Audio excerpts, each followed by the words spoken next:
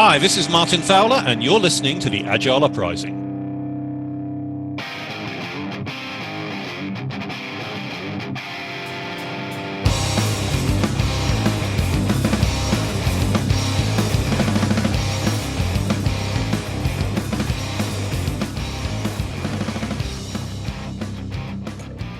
Hello, everyone, and welcome to another edition of the Agile Uprising podcast. I am your co-host today, Troy Lightfoot, and with me, I have the wonderful, amazing Mr.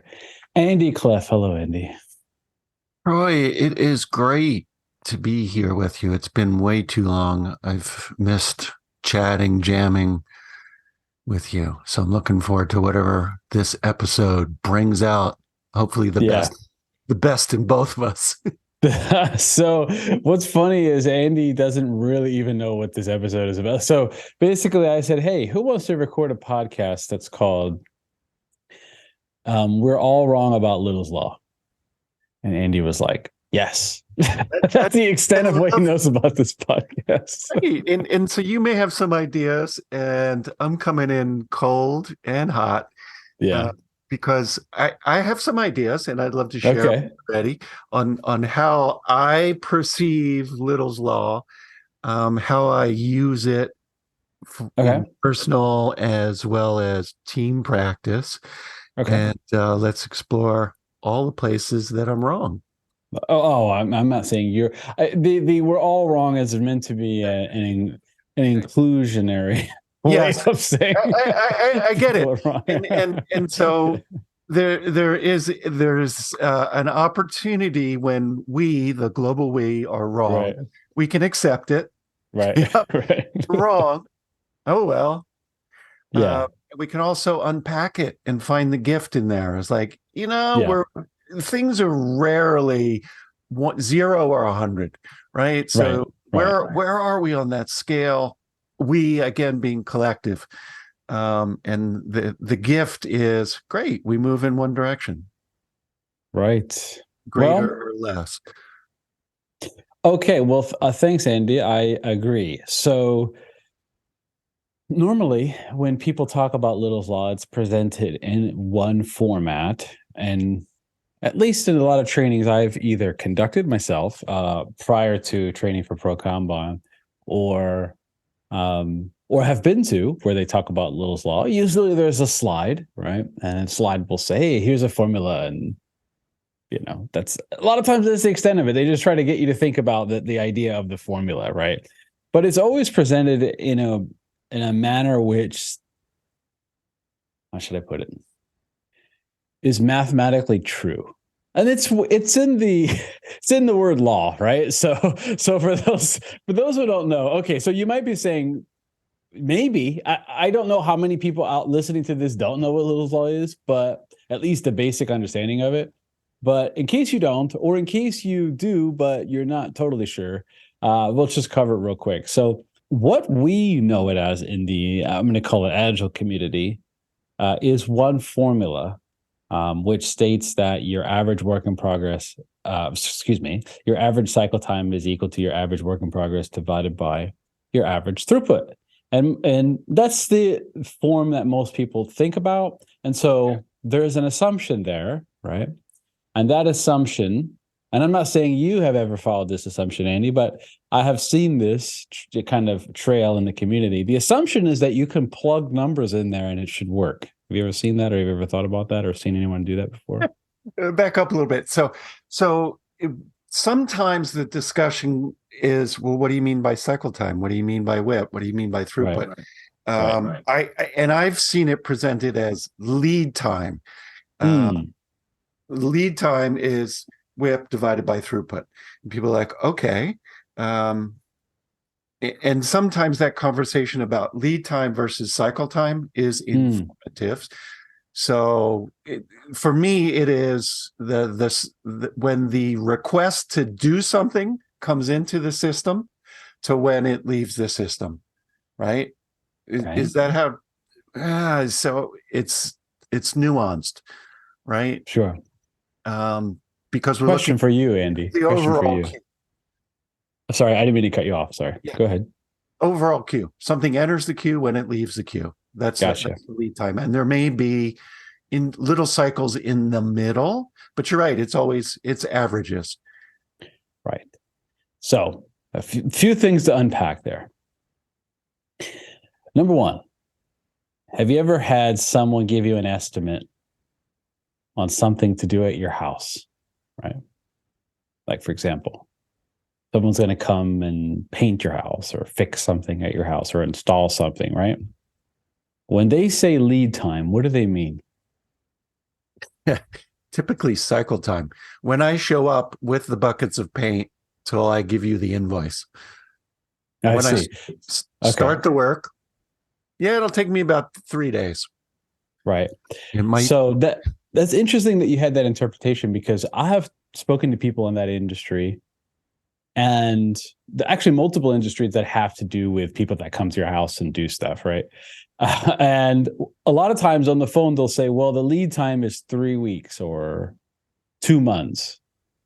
And what they mean is the time when we place the order, so the time they arrive at the house. Yeah, right. Right. So the reason I'm saying that, Andy, okay, is because the word lead time means like 50 different things to 50 different people. Yeah, that's the cycle time. So in Little's law, what does it mean? Okay, good question. Good question. Entered the queue to left the queue? So cycle time, actually, if you read Dr. Little's original white paper, he doesn't mention the word lead time. He talks about cycle time. The amount of time something takes really until it exits the system. And if you could think about it, the amount of time it takes from something has started till something is finished. Now, you may say, well, what do you consider started and what you consider finished? Good question. It's irrelevant. Basically, you define whatever you consider your starting point, right, is, and you define whatever you consider your end point is, and that is called the cycle time. Cool. And so that's your queue, right? It enters the queue. Right. It leaves the queue. It is finished. Right. Right. Cool. So that's why it's like cycle time could mean between any 2 points that you want to give it, right? So he's basically saying, well, he's not saying that because one of the reasons I'm having this podcast is because actually what we think of Little's Law is actually not technically Little's Law. So Little's Law, I'm going to read this verbatim so I don't butcher it just in case, but that the long-term average number of customers in a stationary system, and you can equate customers to like work items, right? The long-term average number of customers or work items in a stationary system is equal to the long-term average arrival rate multiplied by the average wait time that a customer spends in the system or an item spends in the system. So there's no division. So think about that. This is actually what Little's Law is. So you have the average number of items in the system is equal to the average rate that it's coming into the system multiplied by the average wait time. That is Little's Law. So mathematically, yes, it's equivalent. It's equivalent only if 5 assumptions are true, which all right, it talks about. Okay, so now we're getting to why I'm having this podcast. Yes. Yeah. So for me, when I look at my equation, right, and it's mathematically the same, right? A equals B times C, B equals A divided by C. Same equation. Well, actually, Andy, it's not the same equation. Oh, damn, my head is going to start hurting. All right. Listen. I want to. So think about what we think Little's Law is. The average wait time is equals average WIP divided by the average throughput. The throughput is not the arrival rate. The throughput is the departure rate, right? So Little's Law states that the average number of items in your system is equal to your average arrival rate multiplied by your average wait time. So no departure rates. So it's not throughput is what I'm saying. Got it. Okay, so therefore the equation is different. So how did we get to this thing we talk about in the agile space? And what they said, what the companies basically said was, look, that's cool and all, but we care about the departure rate. We care about how fast we can do things, right? So they actually said, Little basically modified his formula.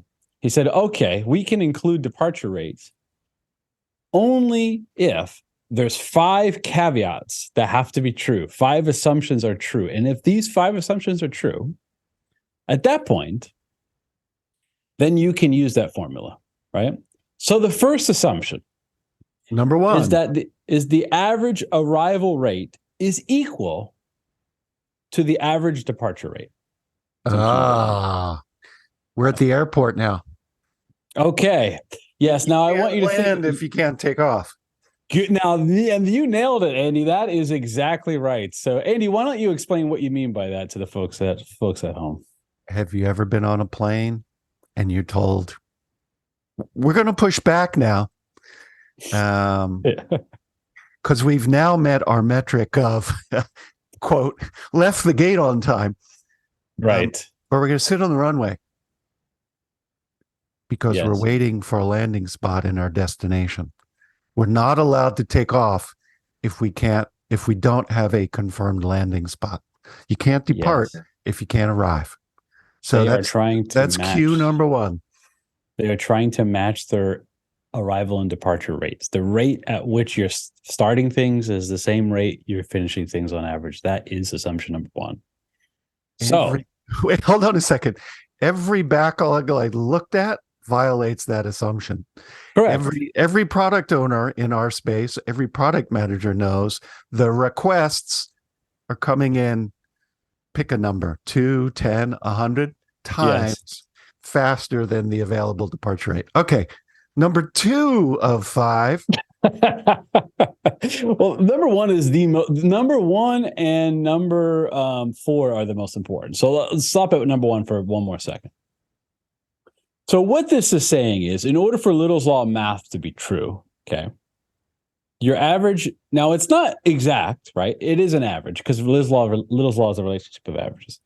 That the average arrival rate is always 100% of the time equal to your average departure rate. If it's at any time not the same, then the math doesn't work. Okay. So that's number 1. So the idea that you can plug numbers in to Little's law and get some kind of actual useful information out of it is number 1, a complete fallacy in our world. That's cool. Yes. In my defense, I've never attempted to put numbers in. I've always used it as a explanation of why high WIP is part of the problem with this system. Sure. Okay. So you're not wrong about that, Andy. There is ways to for us to utilize it, of course. But the first thing is to understand like how a lot of us don't fully understand what it is and what it takes to be true.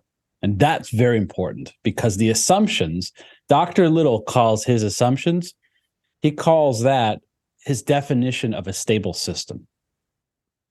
A stable, predictable system, one which is so stable and predictable that the math works, if you think about it that way. So when we talk about system stability and predictable systems, we're actually talking about the 5 Little's law assumptions. That's what he's talking about. So number 1. Number 2, all tasks entering the system will eventually exit the system once completed. That's number 2. Wait, so you don't abandon work. Is that the key point there? Because that sounds like a sub condition of arrival equals departure. Yes. So basically it's assuming that if you bring something into your system, it will finish. Like it just won't disappear, basically. Okay. That's what I'd say. Yeah. Got it. So that's number 1. That's an easy one.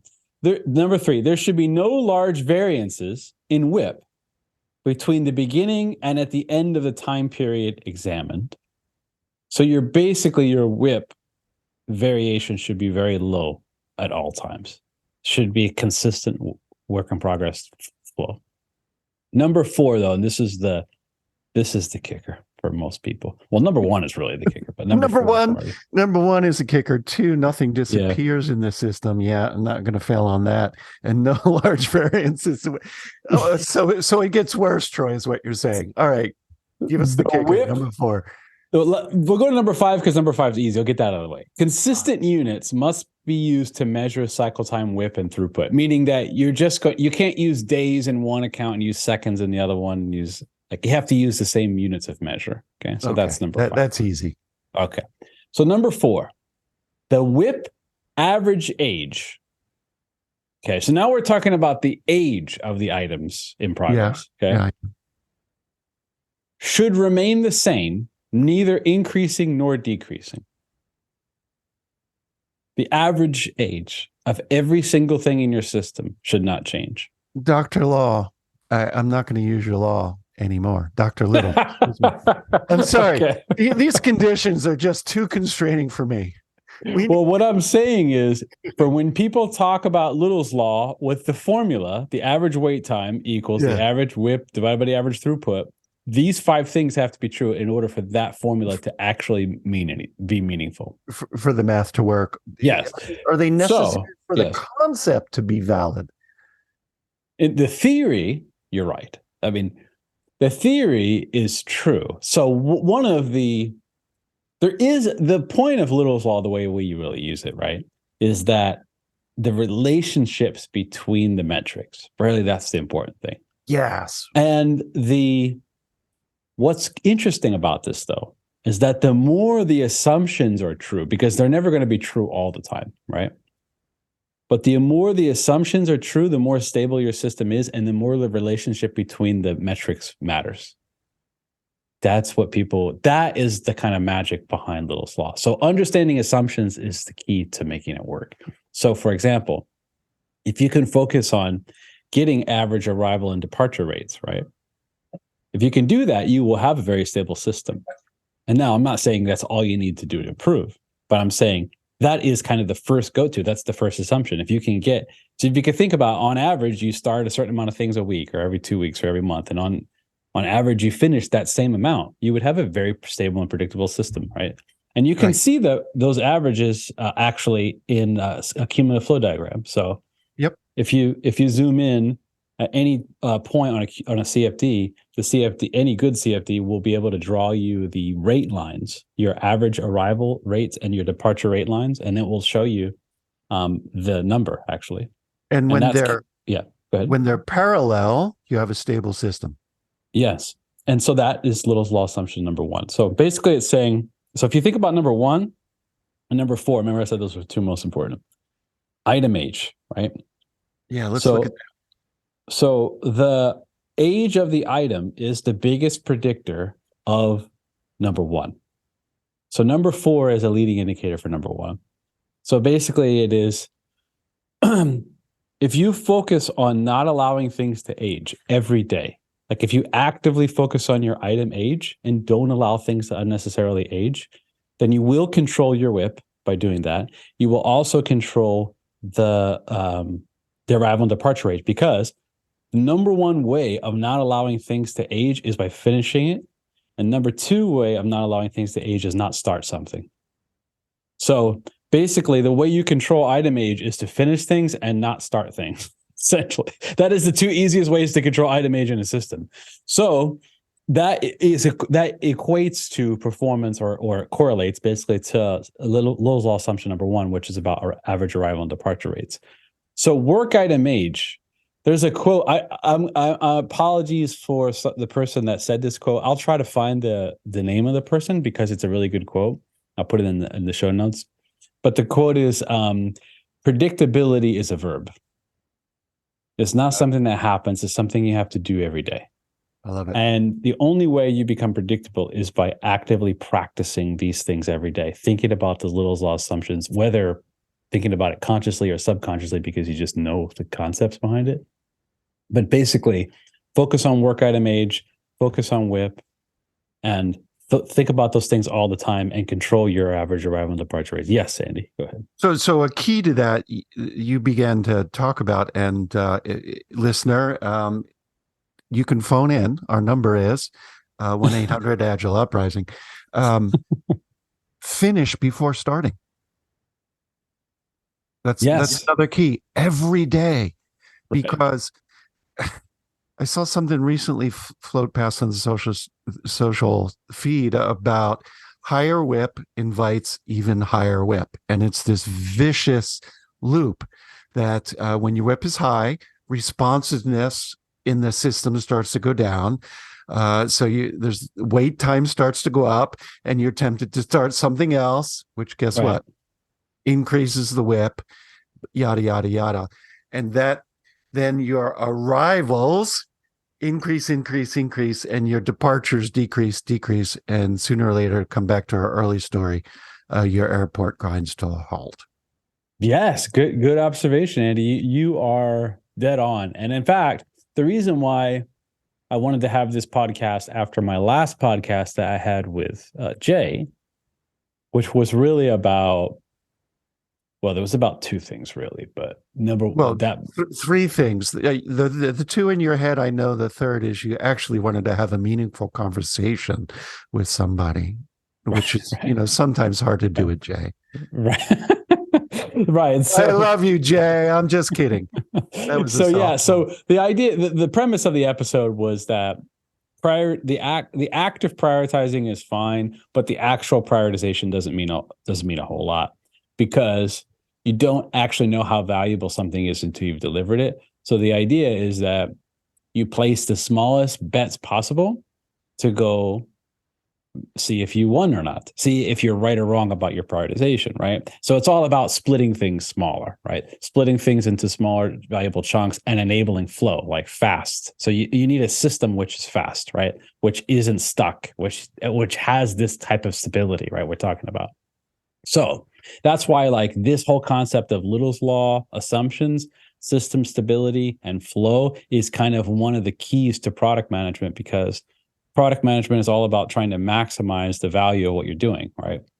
Yeah. And so to assume that you know the value up front is a fallacy. It's just, you don't know. Like, literally, it's impossible to know what the value of something is up front, unless someone is saying, I am going to pay you X amount of money if you do this. In that case, you do know the value. Otherwise, you don't. Right?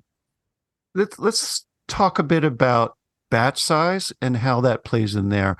So my understanding is fuzzy, but in Little's Law, there's the assumption or belief or truth that size of work item doesn't matter because it's average, right? There's always that, doesn't matter if they're big or small. And I remember reading somewhere in Little's Law, no, the size of the thing you're working on is nowhere in the equation, small, medium, and large. Yet we've touched on something, making small bets, which in my mind means that you're working on the smallest batch size as possible, right? Or maybe that's connected to the WIP. What are your thoughts? Well, okay. Sometimes the smallest batch size is not necessarily the best, sometimes, because it might be so small, it's hard to get any value out of it, right? So there is a trade-off, right, with the batch size and that. Andy, to your question about item size and batch sizes, right, in Little's Law, if you think about Little's Law assumption number 4, which is that the WIP average age should remain the same, neither increasing nor decreasing. So it's really talking about focusing on item age, the age when the cycle time of something starts, like the clock starts, whatever you're considering started, it's aging every single minute, second, hour, day, or whatever, right? So let's just use days in our world, for example. How do you know if your batch size is even correct? If you've chosen a small batch size, you could think that you have a small batch size, yet it could age very, very poorly, right? It could become very old. And what that means is that maybe you haven't split it as well as you could have, for example, right? So one of the things we talked about with Jay last week was that only looking at WIP as a leading indicator for performance is kind of a deception. And the reason for that is because WIP doesn't really take into account the size of the item, meaning that you could have a WIP of 2, right? Imagine you had a Scrum team, for example, and you had they said, hey, we're only going to work at 2 stories at a time. We're going to have the smallest, like super low WIP. Okay. And meanwhile, it takes them forever to do anything. They miss their goals and et cetera, right? Well, what if that WIP of 2 was actually 10 stories, right? What if that 2 items could be broken into 5 different items apiece, right? That were valuable. Then just going by WIP is not really good enough. In fact, that can get you in trouble because it seems like you have a low WIP, but meanwhile, it could take a long time to get to something. So the one way you would know whether your WIP is even valuable or not as a metric, and if you've sized things correctly, is by item age. Because what you do is every day, you would look at the age of the item and you would say, this thing is another day older. Now it's 5 days old. Now it's 7 days old. What's going on? Is it too big? It's not blocked. What's happening? Oh, well, it's just taking forever to do it because it's too big, right? Oh, maybe we should split it, right? And it's like, so that's why item age is the key metric to being able to control your WIP and to have a really stable system, actually. And so when you use the item age to think about the size of things and cycle time retroactively, kind of you can look at it that way too. Then you can learn about, okay, we should be splitting things smaller. Now, you obviously are an excellent agile coach. You've probably taught people how to split things a million ways for years. And so for you and for me, I've been doing it too. It comes kind of natural to us to be able to split things to small pieces of value, but that's not the case for people who haven't been, that's not their focus for years, right? So one of the ways is by looking at item age. Cool. Daily. It's not like, it's something you actually have to do all the time. So there's this idea that people have, especially in Scrum, that if you started something, right, that you shouldn't split it once. I've heard people say that. They'll say, oh, well, we sized it as an 8, right? Okay. And then they start it and they realize they're not going to be able to finish it or it's going to take way too long.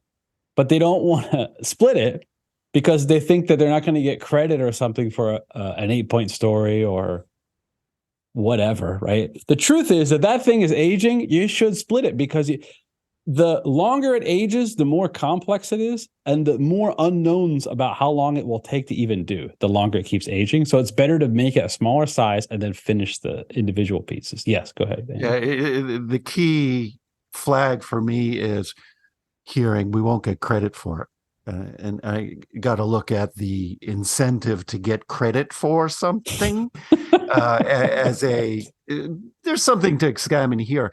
I want to talk more about how we measure item age. Is it from arrival to departure? Is it from when we actually started to do work on it till when we finish work? How does that get calculated? Whatever you consider your cycle time, starting state, I should say. Yeah. So, for example, some teams might consider something not started until they have actually started they brought it into a sprint. If you're doing Scrum, for example, right? Hey, we've picked it up. It's now on our sprint backlog, and now we started working on it. Okay, we'll start the cycle time. That's one way of doing it, right? Other teams will have like a pull system. And then whenever it's like in the committed to queue or up next or whatever the first state is, ready queue or active state, it's really up to you as a team how you determine the starting point. But basically you say, what is our start point and what is our finish point? Like you define those things and then you start the clock there. Yes, Andy. So I'm curious because there's another thing that I look at in terms of backlog health. Yeah. And I've been calling it item age. It is. Okay. From the date the ticket was created to the date it was closed. So a ticket could sit in a backlog for pick any calendar, a year. The team could pick it up, close it in 2 days. What is the item age? 2 days or a year? Right.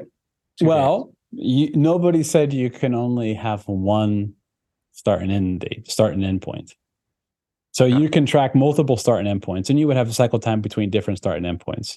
And there's different purposes for tracking them. So the purpose for tracking the one you just said, right, is a little different or a lot different than tracking it from when you start it, like when you start actively working on it till you finish, right? Because that's going to measure how long it takes to actually do something when you started it, right? Yeah. And there's different implications there than if you measure from the time it went into the backlog until it's finished, because then you're talking about optimizing potentially an upstream process to the delivery piece, right? So you can measure both. You can measure a bunch of different start and end points using cycle time metrics for all that. In fact, I can show you. Let me share my screen, and at the people at home, I will put a picture. Yeah, and while you're doing that, it comes back to the story you started to tell at the beginning, because I think both definitions are important. When you call the painter, and if he says, yep, it'll take me 2 weeks to paint your house, but is it going to take me 6 months to get there? How happy are you going to be as a customer?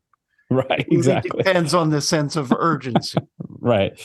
Yes. So one of the lessons there is that for a lot of people, right, there's a whole move, and this whole hashtag know something to me is a little silly because it's so like, it's not very pragmatic of way of doing things.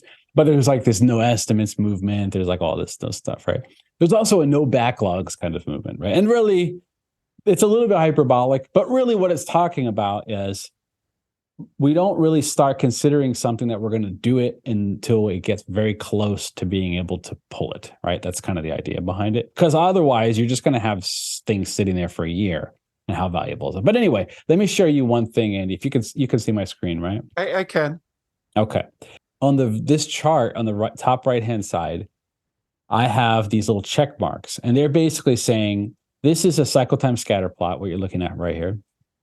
And so these are basically saying, okay, we're considering something has started when it hits this analysis active column and done when it hits the done column. That's the first check mark and the last check mark. Okay. Yep. And you also not including the backlog, right? Right. So if you look at that, this will say that 95% of all this team's stories or work is done in 22 days or less from the time it hits analysis active to done. So they're considering their cycle time from analysis active to done.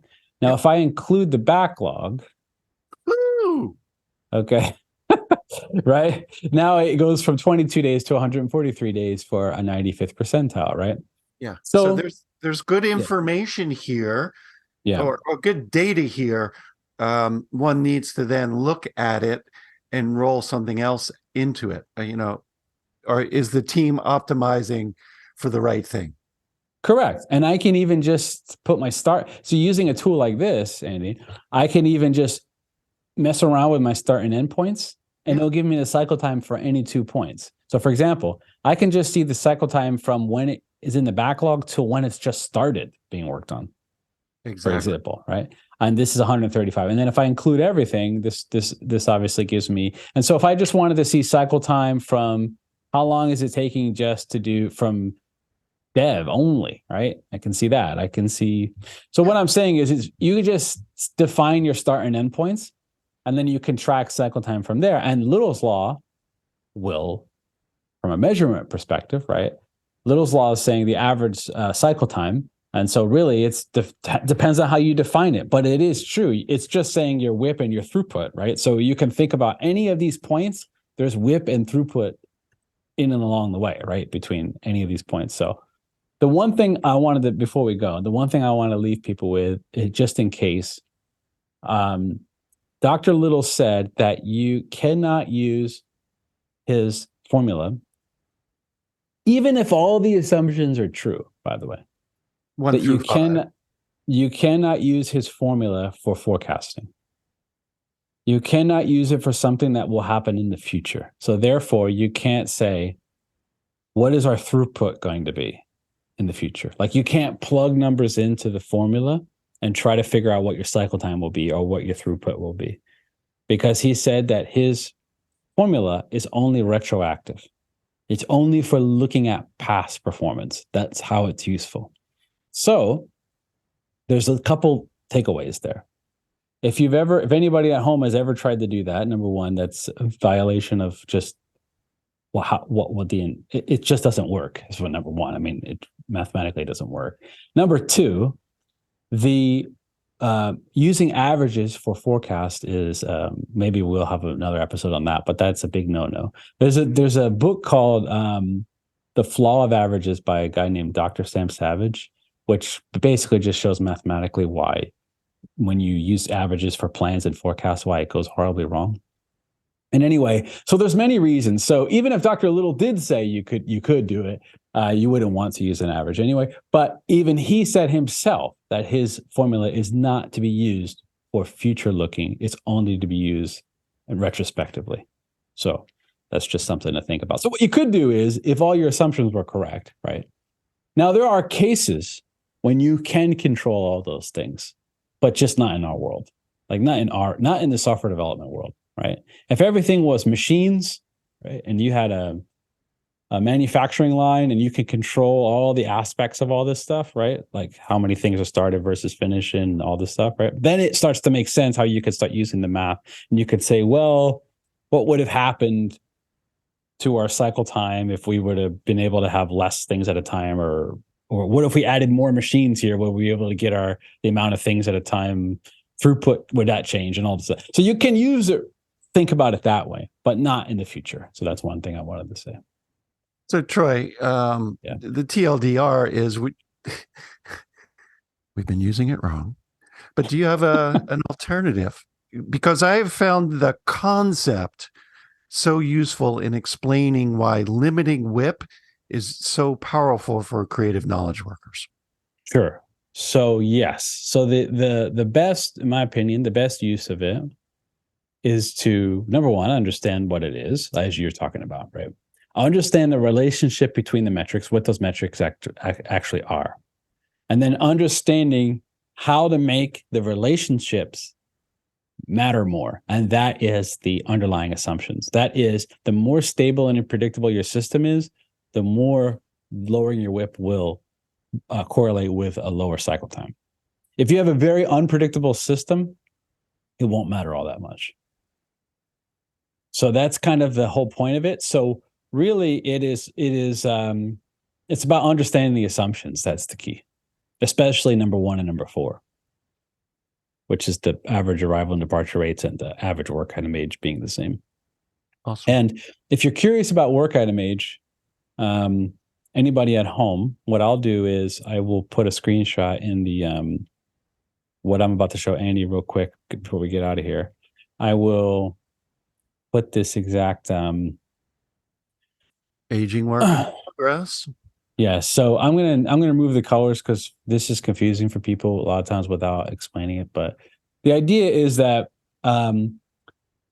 you don't need this chart, by the way. You don't need this exact chart to do what I'm gonna do. It's just this chart is fancy for people. But basically, on the y-axis is the item age, how long something has started but not yet finished. Again, depending on what your start point is. And how long it's existed. So for example, I can see this item is currently 12 days old and it's in this dev active state. And I can even see how long it's spent in each state, and et cetera, right?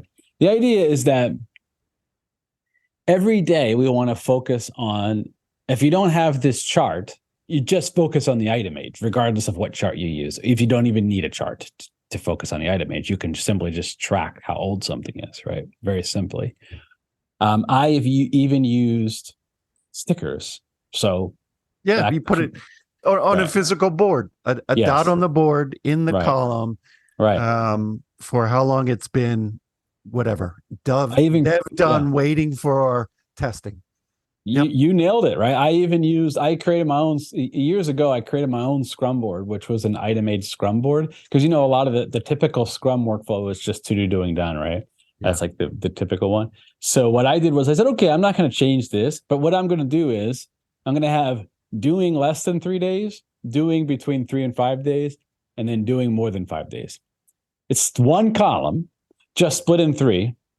And then like you're having a daily stand-up and it's more than 3 days old. It just goes into the next version of doing. It's really and then the we same talk about as this, but go ahead. Yeah.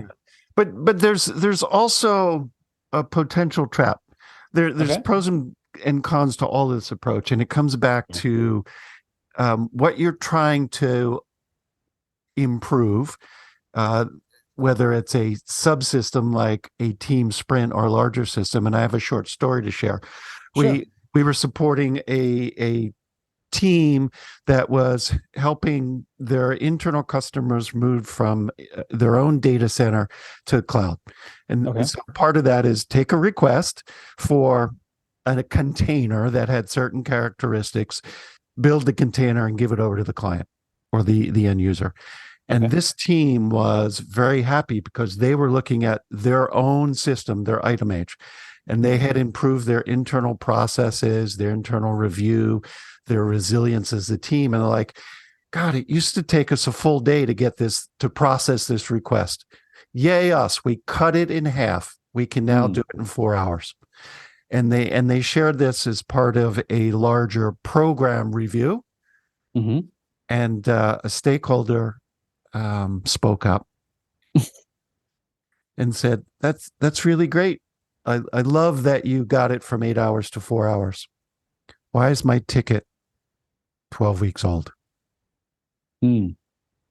So if you zoom back and you consider the age from when, again, to your painter analogy, when I first called the painter and said, do you paint houses? Yes, I do. I have 5 rooms. Awesome. How long will it take? 4 hours. How much will it cost? Great. How long will it take you to get here? 6 months. Click. I'm calling. But when you're in an in-house system and you're optimizing for, can we get painting houses down from a day to half a day so that we can do 2 a day? It's great. Right. Unless your average wait time to get to the house stays at 6 months because you have no capacity. Yeah. So it's really important to optimize the whole and not optimize a subsystem. So, when you look at the average age, figure out what you want to improve. Quick summary. There's nothing wrong with Little's Law. Little's Law is perfectly fine. Okay, number one. Little's Law, as Dr. Little created it, is not what we typically teach people Little's Law is. He changed the formula to meet kind of what we're looking for, but there are 5 key assumptions that have to be true in order for it to work. And understanding the assumptions is the key to understanding system stability and predictability. And that will correlate with stronger correlations between those flow metrics, WIP, cycle time, and throughput, the more the more stable your system is. So that's kind of the summary of the podcast. All right. Well, thank you, Andy. I had a good time. Yeah, this was great. It's always a pleasure talking to you and bouncing ideas around. For our listeners, if you like this show, give us a review, a rating, some comments on your podcast platform of choice. If you want to talk more about Little's Law, arrivals, departures, getting your house painted, etc., meet us on our Discord server. It's very lively. I forget the count. We've got a couple of hundred folks. We'd love to have you there. And to help us offset our podcast and hosting costs, we have a Patreon account. Check our show notes for details and links to all these things, plus visuals for the things that Troy and I shared on screen. Until next time,